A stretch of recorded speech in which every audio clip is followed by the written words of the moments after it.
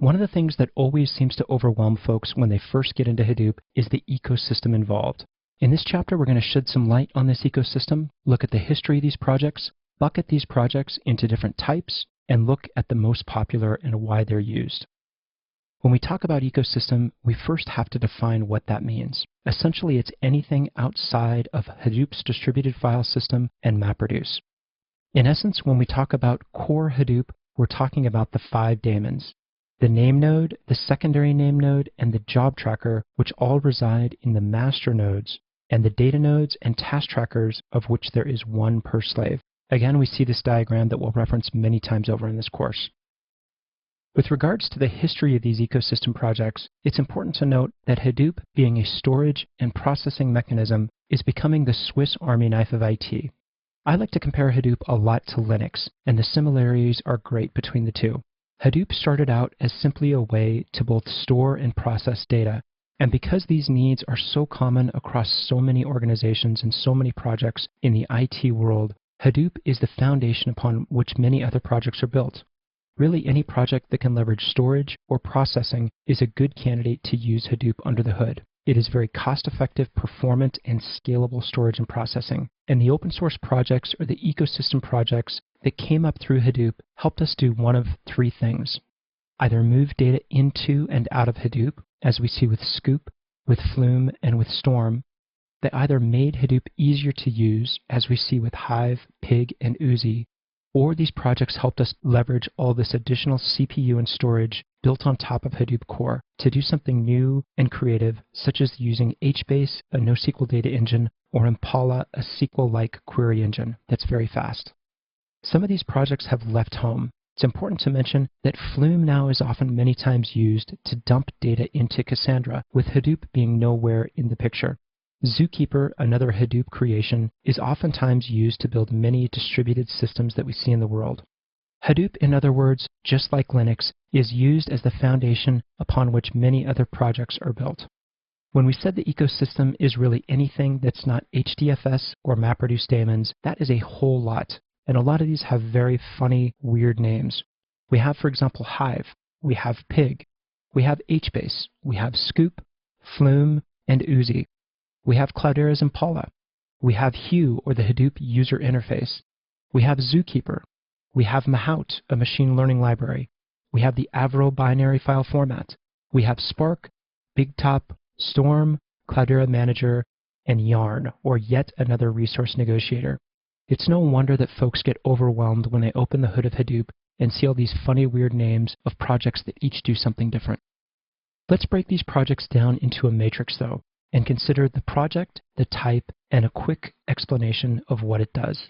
Hive and Pig are both MapReduce abstractions. They provide higher-level interfaces into the MapReduce paradigm.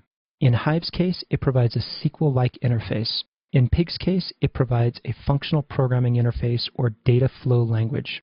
HBase is a NoSQL database built inside of Hadoop. It uses HDFS to provide a fast, scalable NoSQL engine.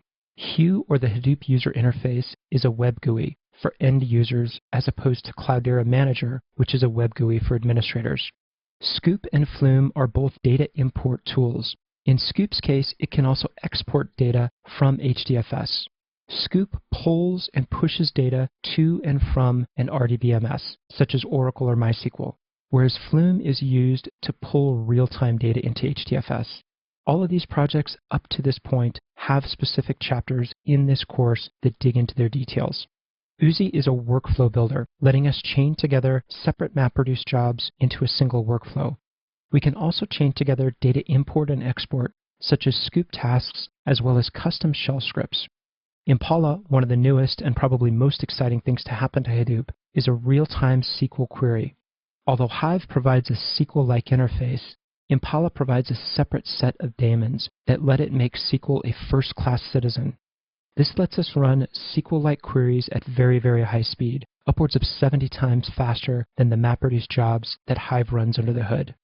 Avro is a data interchange protocol to provide data serialization and deserialization, basically flattening complex objects down into a stream of bytes that can be transmitted over the wire or stored on disks. Mahout is a machine learning library. It's a set of algorithms and lightweight scripts to provide machine learning inside of Hadoop. Anybody who's managing a Hadoop cluster should be aware at a high level of each of these projects and what their value is. Let's take a look at the most popular ones we see in the wild. At the top of that list is Pig and/or Hive. In fact, for maybe most users out there, Pig or Hive are their primary interfaces into Hadoop. Many folks actually use both. These projects both provide an easy way to run MapReduce jobs simply using a higher level abstraction language. HBase, the NoSQL engine built on top of HDFS, is also very popular in the wild. Many organizations simply use HBase with no MapReduce daemons turned on. The web GUIs are also very popular. Both Hue, or the Hadoop user experience for end users, and Cloudera Manager for admins. Should be noted that Cloudera Manager works only for and with CDH, or Cloudera's distribution of Apache Hadoop installs. Luckily, CDH is the most mature and most industry standard distribution. Again, in this course, we provide a lot more depth on specific projects such as Hive and Pig and so forth. Unfortunately, in the limited amount of time we have for this course, some ecosystem projects like Mahout and Storm cannot be covered. It's important to note that inside of Hadoop, whenever you need to do anything, search and see if there's an ecosystem project already out there for you. You don't want to go recreating wheels. I also highly recommend local meetups, which you can find at meetup.com for both note swapping and learning about these ecosystem projects and their utility. I myself have learned a ton about these various projects simply by going to local meetups and hearing how other users are both leveraging them and sharing pitfalls to avoid. Again, in this chapter, we've covered the history, the types, and the most popular ecosystem projects available.